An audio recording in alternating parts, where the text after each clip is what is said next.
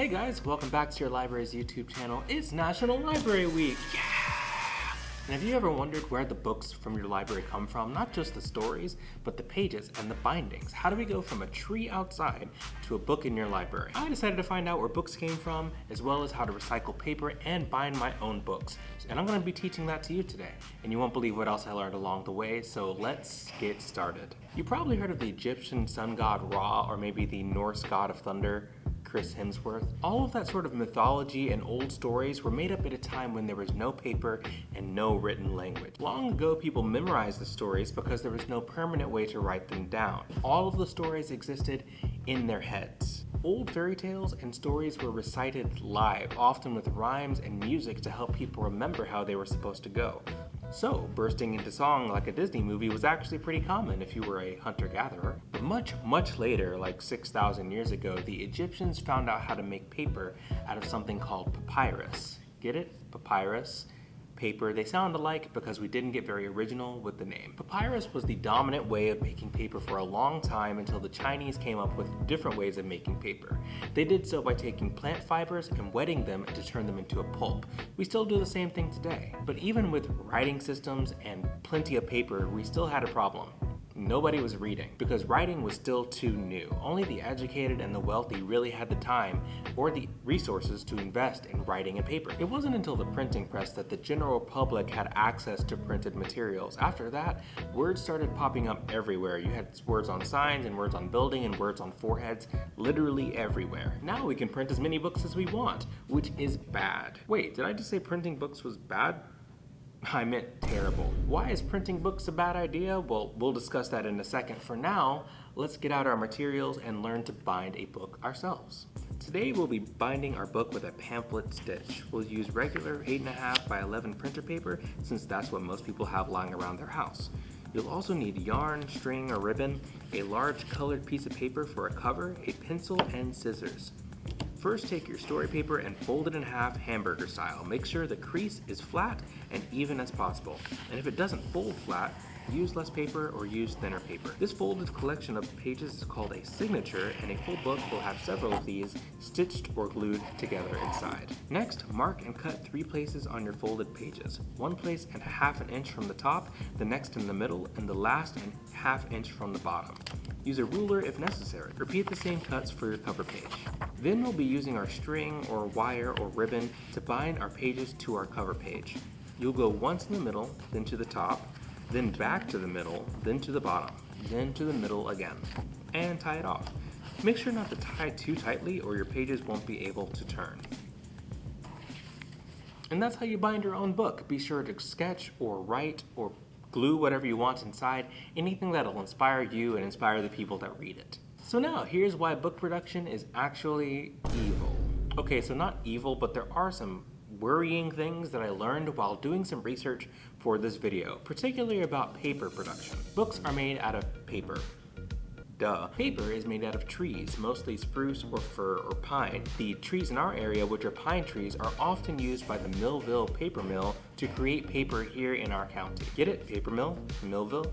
We're still not that creative with our names, but fun fact, Millville was named after a sawmill, not a paper mill. And people have been worried for a long time about all the trees we have to cut down to produce our various products. But just how impactful bookmaking wasn't obvious to me at first. For example, did you know that every year tons of books end up in landfills because they can't be used anymore? Literal tons, like 640,000 tons of books end up in landfills. The pages that are inside the books are made in paper mills, which of course use fossil fuels to run. The boats, planes, and trucks that transfer those books and those papers also use fossil fuels. So when we purchase a brand new book, we're actually paying for a paper mill to shoot more greenhouse gases into the air, to further pollute the water, to use fossil fuels, and to cut down the trees that would be used to filter those fossil fuels. And most of the books end up in the trash. That's not good. And as an avid reader and a library staff person, I was kind of concerned that we were creating a demand for new books when this is what was happening to them. But then I did some more reading. I read an article from 850 Business Magazine from 2012. Apparently, 70% of the energy in some of these paper milling factories are using recycled material, which is actually kind of nice. I wish they'd cited more sources, so I can't quote 70%, but the idea that companies are aware of their carbon footprint and are making efforts to offset it is a wonderful idea. In addition, paper is one of the most recyclable materials that we make, and many pine trees grow really quickly, so it's kind of a renewable resource. And of course, there are efforts that you and I can make every day to try to offset how much pollution we're creating when we make paper. Here's 3 easy ways to do so. Number 1, go digital. Ebooks and audiobooks are instantly accessible and oftentimes they're cheaper than their regular market price. I work at a library, so I love the feel of a real book in my hand, but nowadays I buy the ebook first, and if I really liked what I read, I go out and invest in a hard copy for myself. Sometimes I can even find that book cheaper and secondhand, which goes right into point number 2. Used books and book sharing. When you buy a book used or secondhand, that means that that's one less book that needs to be printed, and oftentimes you can get it for a better price than a brand new book. Just be careful of shipping pollution. We're not trying to replace paper mill pollution with the shipping that it would take to get the book to your house. Instead, borrow the book from someone who already has it. Borrow it from your local library. Number 3 is recycle. Like I said before, paper is a really easy material to recycle, and there's plenty of facilities here in Panama City that you can use to recycle the paper you have. Just be careful, as books contain inks and glues that are not always friendly for recycles. Before you go chucking entire books into recycling bins, make sure the recycling facility knows what to do with books. If not, feel free to donate your book to a local charity or a nonprofit. And of course, there's recycling the book yourself, which is kind of what we're going to be doing when we recycle paper to turn it into more paper. So let's show you that.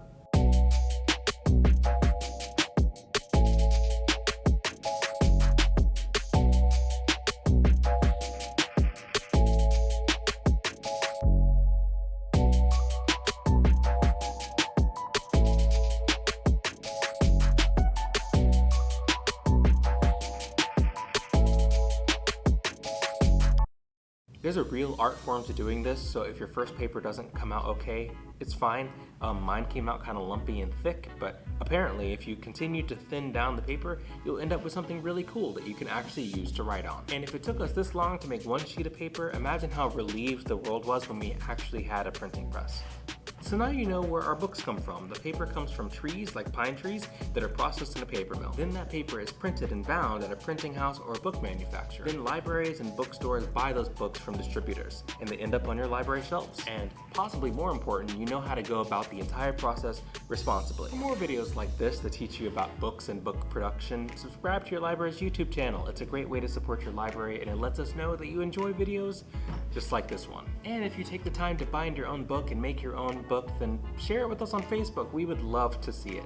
You'll make our day. So until next time, this was Kyle at the Bay County Public Library, and I'll see you in the next STEM video. Bye.